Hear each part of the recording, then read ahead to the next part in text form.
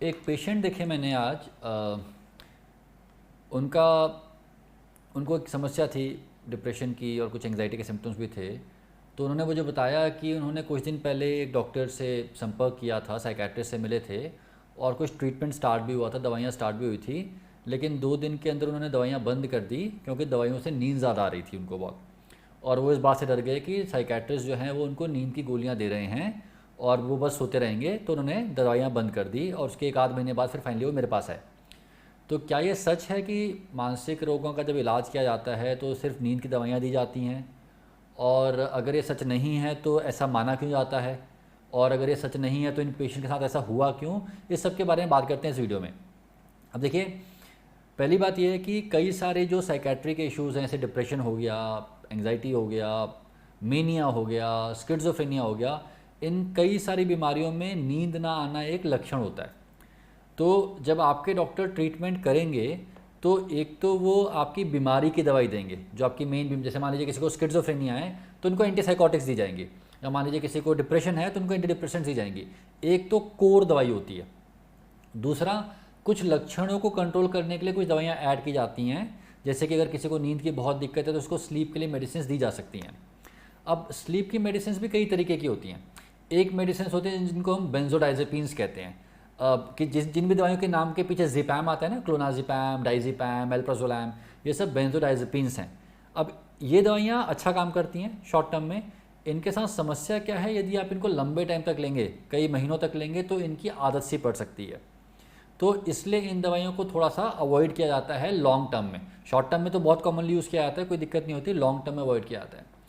दूसरी टाइप की स्लीप की मेडिसिन होती हैं, जैसे ज़ोलपीडम हो गई, जेड मेडिसिन कहते हैं इसको। ये दवाइयाँ थोड़ी माइल्ड होती हैं, इनका डिपेंडेंस का पोटेंशियल भी ऐसा नहीं रहता, तो ये ज़्यादा कॉमनली यूज़ की जाती हैं, सेफ़र मानी जाती हैं। तीसरी टाइप की दवाइयाँ जैसे कुछ मेलाटोनिन, जो थोड़ी नेचुरल टाइप की मानी जाती हैं, क्योंकि मेलाटोनिन एक केमिकल है जो ब्रेन में नेचुरली भी रिलीज़ होता है, बट हर केस में दवाइयाँ काम नहीं कर पाती। तो देखिए, नींद की दवाइयाँ एक शब्द जो है उसके कई लेवल्स हैं, बेंजोडाइजेपिन से लेके मेलाटोनिन तक। इसके अलावा कई और दवाइयाँ भी यूज़ की जाती हैं। कई बार लो डोज में एंटीसाइकोटिक्स भी दी जाती हैं नींद के लिए, कई बार कुछ एलर्जी की दवाइयाँ भी दी जाती हैं नींद के लिए। तो बहुत टाइप की दवाइयाँ दी जाती हैं, बट मोटा मोटा देखा जाए तो ये 3 कैटेगरी ड्रग्स की होती हैं, जिसमें से एक दवाई ऐसी है जो कि लॉन्ग टर्म में आदत डाल सकती है, बाकियों में ऐसी दिक्कत नहीं है। तो पहली बात ये। दूसरी बात, जैसे कि मैंने बोला, जो आपकी कोर मेडिसिन हैं बीमारी की, उनमें भी कई बार नींद आती है। और ये कोई साइकेट्री की दवाइयों के लिए ही नहीं है। जैसे मान लीजिए कफ सिरप आप पीते हैं, कई बार कफ सिरप्स में या एलर्जी की दवाइयों से नींद आती है, वैसे ही कुछ साइकेट्री की दवाइयों से भी नींद आ सकती है।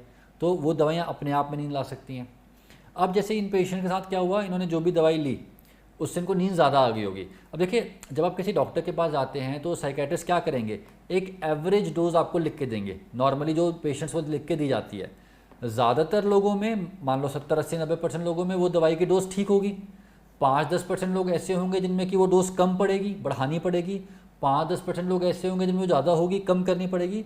तो जो डॉक्टर करते क्या है साइकेट्रिस्ट, एक बेसिक दवाई से शुरू करते हैं। आप हफ्ते बाद, 10 दिन बाद जब आपको उनसे मिलते हैं तो आपको बताते हैं कि भाई आपके सिम्टम के हिसाब से डोज बढ़ाने की ज़रूरत है या कम करने की ज़रूरत है, या फिर कुछ दवाइयों को बंद कर देते हैं।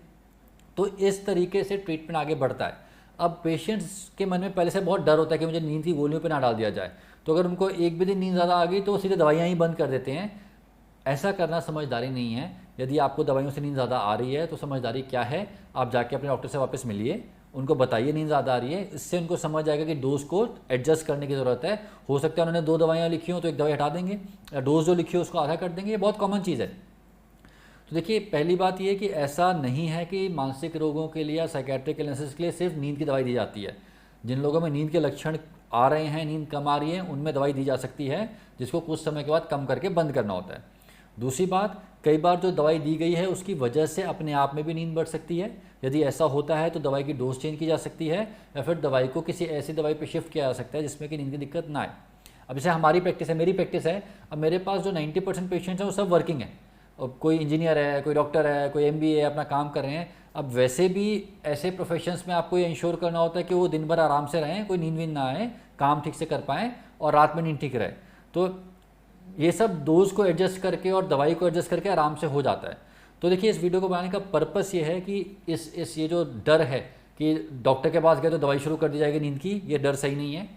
उसके डिटेल्स को समझिए और ये भी समझिए यदि नींद की दिक्कत हो रही है तो उसको कैसे हैंडल करने का साइंटिफिक तरीका क्या होता है। तो मुझे उम्मीद है कि इस वीडियो के सहारे आपको थोड़ा अंडरस्टैंडिंग डीपर आई होगी कि नींद को सॉल्व कैसे किया जाता है साइकेट्री की मेडिकेशंस के थ्रू। तो देखिए कोशिश यही रहती है कि मानसिक रोगों के बारे में, सेक्सुअल समस्याओं के बारे में जितना लोगों को हम नॉर्मल साइंटिफिक इन्फॉर्मेशन पहुंचा सके उतना पहुंचा पाएँ, और आपको भी यदि खुद के लिए या किसी परिवार वाले के लिए किसी को मानसिक समस्या हो रही है तो जिस भी आप शहर में रहते हैं, जहाँ पे भी रहते हैं, पास में जो भी साइकेट्रिस्ट हैं जाके मिलिए। अफवाहें, मिथ जिसको बोलते हैं, इनके चक्कर में अपना ट्रीटमेंट डिले मत करिए, अपनी लाइफ ख़राब मत होने दीजिए। धन्यवाद, नमस्कार। अगर आपको डिप्रेशन की समस्या है तो आप डॉक्टर प्रवीण त्रिपाठी से सीख सकते हैं कि डिप्रेशन के पेशेंट्स में काउंसलिंग कैसे की जाती है और उन टेक्निक्स को यूज करके डिप्रेशन से बाहर निकलने की जर्नी को शुरू कर सकते हैं। स्क्रीन पर दिए कार्ड को क्लिक करें या फिर डिस्क्रिप्शन में दिए लिंक को क्लिक कर डॉक्टर प्रवीण त्रिपाठी के कोर्स में एनरोल करें।